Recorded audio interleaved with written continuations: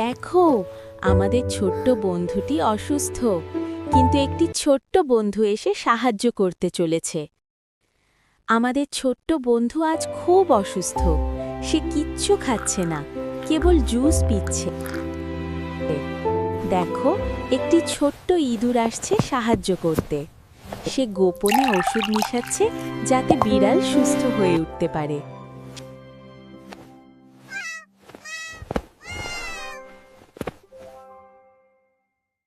বিড়াল ধীরে ধীরে জুস খাচ্ছে এবং সুস্থতার পথে।